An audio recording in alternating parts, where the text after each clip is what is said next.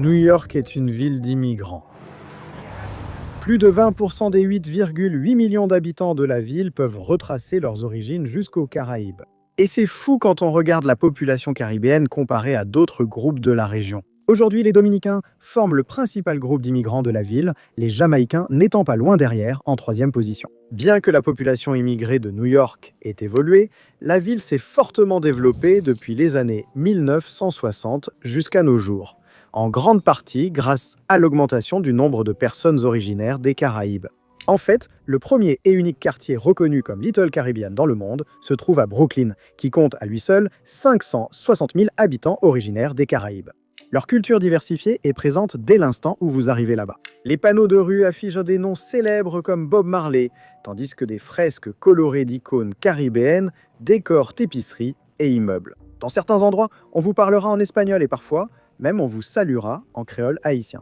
Après tout, 30% de la population immigrée de la ville parle espagnol à la maison, et le créole haïtien fait partie des 5 langues les plus parlées parmi les résidents légaux non citoyens. Cette concentration démographique très élevée en un seul endroit est assez unique, même avec la réputation de l'Amérique comme creuset de différents peuples et cultures. Alors, comment la ville de New York est-elle devenue le foyer de la plus grande diaspora caribéenne au monde ? Eh bien, même s'il est facile de voir cela comme un phénomène relativement récent, les fondations de la présence caribéenne dans la ville remontent à des siècles. Au XVIIe siècle, des personnes réduites en esclavage provenant de colonies comme la Barbade, la Jamaïque et Antigua faisaient partie des premières à être amenées en Amérique du Nord. En fait, en 1613, un homme nommé Juan Rodriguez, originaire de Saint-Domingue, est devenu la première personne non autochtone recensée à s'installer à New York, qui s'appelait alors la Nouvelle Amsterdam.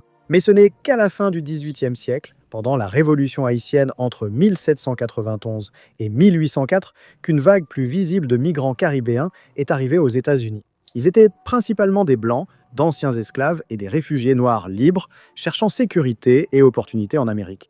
Pourtant, malgré l'abolition de l'esclavage à New York en 1827, l'immigration caribéenne vers la ville n'a réellement commencé à augmenter qu'au début du XXe siècle, déclenchant le début de plusieurs vagues.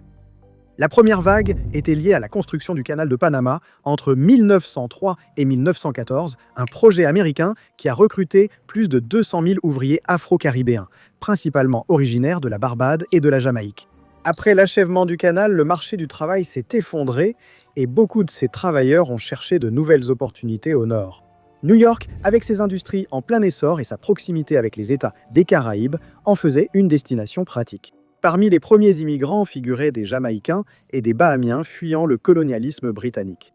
Anglophones, ils trouvaient plus facilement du travail et s'intégraient mieux dans les quartiers majoritairement noirs de la ville.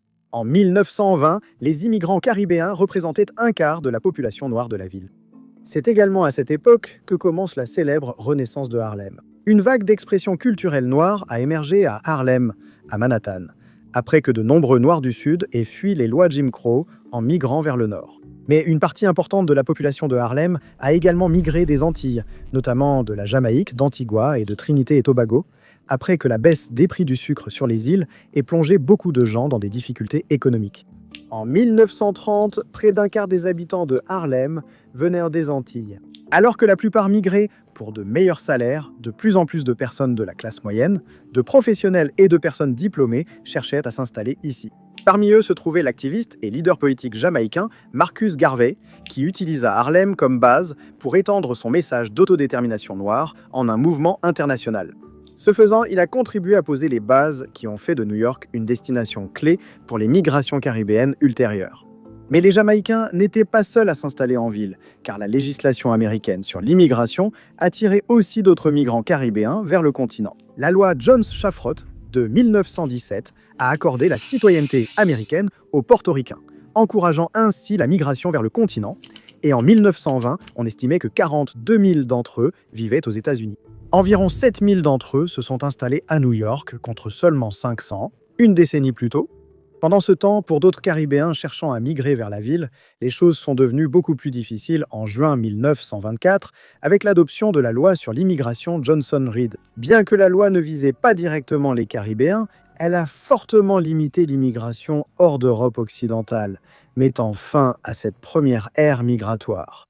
Dans les années 1940, Le pourcentage de tous les résidents nés à l'étranger dans la ville était tombé à seulement 29% contre 34% une décennie plus tôt. Mais ce déclin ne s'appliquait pas à tout le monde.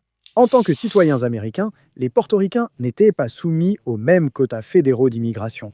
Et comme New York devenait une puissance industrielle à proximité de l'île, elle servait de véritable aimant pour les travailleurs portoricains. En 1930, plus de 52 000 portoricains vivaient à New York. Beaucoup d'entre eux s'installant dans des quartiers comme El Barrio à East Harlem, le South Bronx et Brooklyn. Après la Seconde Guerre mondiale, face à des conditions économiques difficiles à Porto Rico, de nombreux portoricains ayant servi dans l'armée américaine trouvaient les opportunités sur le continent plus attractives et décidaient d'y rester.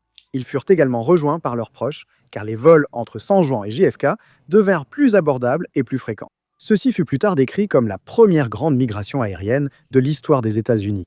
Et cette tendance ne fit que se poursuivre après la guerre de Corée, durant laquelle 61 000 portoricains servirent, dont environ 18 000 qui s'engagèrent sur le continent. C'est pendant cette période que plus de 430 000 portoricains se sont installés aux États-Unis continentaux à la recherche de travail et d'opportunités, la majorité s'établissant à New York. Dès cette première étape, les migrants caribéens commençaient déjà à former des quartiers et à établir des bases culturelles à travers la ville de New York. Comme souvent, les nouveaux arrivants s'installent d'abord dans des quartiers où vivent des communautés similaires. Des quartiers comme Harlem et Bedford-Stuyvesant servaient de point de transition vers la ville.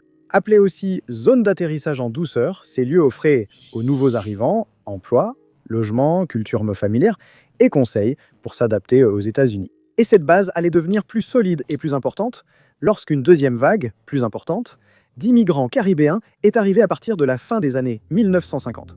Ensuite sont venus les Haïtiens.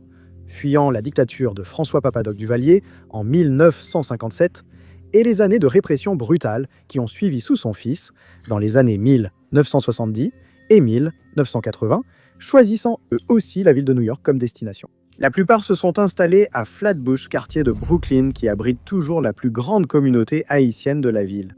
Le nombre initialement enregistré d'immigrants haïtiens arrivant aux États-Unis n'était que de 4 816 dans les années 1960, et la plupart vivaient à New York. Mais à mesure que la situation politique se détériorait en Haïti, la migration a explosé entre 1970 et 1980, avec plus de 92 000 Haïtiens arrivant aux États-Unis, et en 1990, ce nombre était passé à plus de 225 000. Avec l'implication croissante des États-Unis dans la politique régionale, New York est devenu, grâce à sa proximité, un pôle d'attraction pour d'autres groupes caribéens.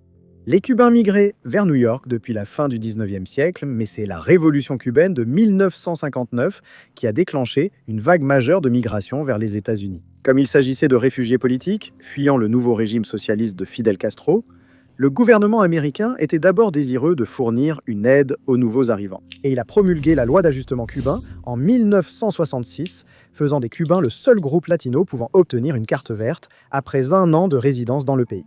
Mais New York n'était pas aussi proche que Miami, et la ville n'a pas connu la même explosion de migrants cubains. En 1970, seulement 14% de la population d'origine cubaine aux États-Unis résidait à New York, comparé à la population d'expatriés cubains de Miami, qui avait explosé, passant d'environ 10 000 à un demi-million à la fin des années 1960. Lors de l'exode de Mariel, au début des années 1980, 125 000 autres Cubains sont arrivés aux États-Unis. Mais en 1990, seulement 5,6% des Cubains ont choisi de s'installer à New York. Beaucoup ont complètement évité la ville pour s'installer dans le New Jersey, surtout dans les comtés de Hudson, Bergen et Union. À la fin des années 1980, les immigrants caribéens à New York étaient un demi-million. Mais c'est l'assassinat du dictateur dominicain Rafael Trujillo en 1961 qui s'est avéré être l'un des plus grands catalyseurs de la transformation de la ville de New York. Sous Rafael Trujillo, en 30 ans de régime, des restrictions sévères ont presque empêché les citoyens de quitter le pays. Après sa mort, cependant, les gens ont pu voyager librement. Et cela combiné à l'instabilité politique extrême qui a suivi la chute de son régime. Du coup d'État de 1963 contre le président démocratiquement élu Juan Bosch à la guerre civile de 1965 et, par conséquent, l'invasion américaine qui a suivi, beaucoup de gens fuyaient en masse. New York était la principale destination des Dominicains, en particulier dans des quartiers comme Corona, dans le Queens, et Washington Heights, à Manhattan. Ils ont d'abord été attirés par la ville en raison de ces communautés hispanophones déjà établies qui avaient été formées par les portoricains vivant déjà dans ces quartiers. En 1970 environ, 61 000 Dominicains étaient arrivés à New York. Et au cours des décennies suivantes, 109 000 autres ont immigré. Avec une base dominicaine désormais solide, une autre grande vague de migration a suivi dans les années 1980. Face à la crise économique et à la chute des exportations de sucre sur l'île d'Hispaniola partagée avec Haïti, de nombreux Dominicains ont pris le bateau pour les États-Unis. Entre 1980 et 2000, la population dominicaine aux États-Unis a augmenté de plus de 500 000 personnes, dont plus des 2 tiers vivaient rien qu'à New York. La plupart ont pu s'installer dans la ville grâce à la loi sur l'immigration et la nationalité de 1965 qui privilégiait le regroupement familial et facilitait la possibilité pour ceux qui vivaient déjà à New York de parrainer leurs proches restés au pays. À ce jour, presque tous les Dominicains qui obtiennent la résidence permanente aux États-Unis le font par liens familiaux et vivent principalement à Washington Heights, surnommé Little Dominican Republic, ou dans le Bronx. Il y a aussi l'immigration guyanaise vers l'Amérique, qui a augmenté de façon spectaculaire après l'indépendance du Guyana vis-à-vis du Royaume-Uni en 1966. En moyenne, 6 000 personnes par an ont émigré du Guyana entre 1960 et 1969, puis jusqu'en 1976, ce chiffre passant à une moyenne de 14 000 entre 1976 et 1981 en raison des temps troublés sous la dictature de Forbes Burnham. En 2019, selon les données les plus récentes disponibles, il y a 231 000 Américains d'origine guyanaise vivant actuellement aux États-Unis, et la majorité d'entre eux résident à New York.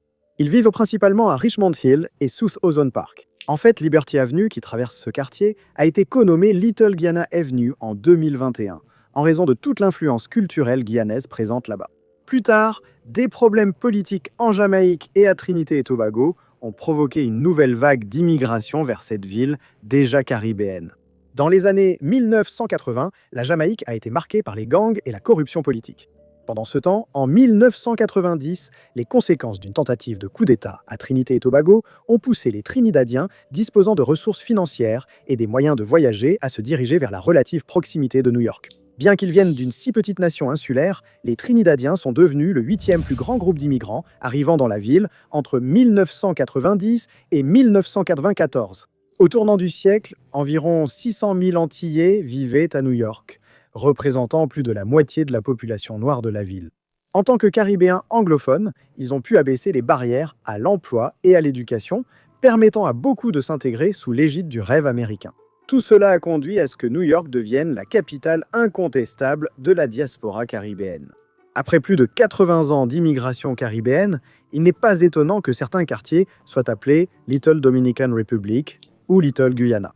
En fait, comme je l'ai déjà dit, il existe même un Little Caribbean situé le long des corridors commerciaux de Flatbush Avenue, Church Avenue, Nostrand Avenue et Utica Avenue, qui abrite la plus grande et la plus diverse communauté caribéenne américaine en dehors des Antilles. Aujourd'hui, la parade du Jour des Antilles figure parmi les plus grandes célébrations annuelles de la ville. Ce festival caribéen, l'un des plus importants hors de la région, témoigne de l'influence de la communauté caribéenne sur New York. Cependant, cela pourrait évoluer.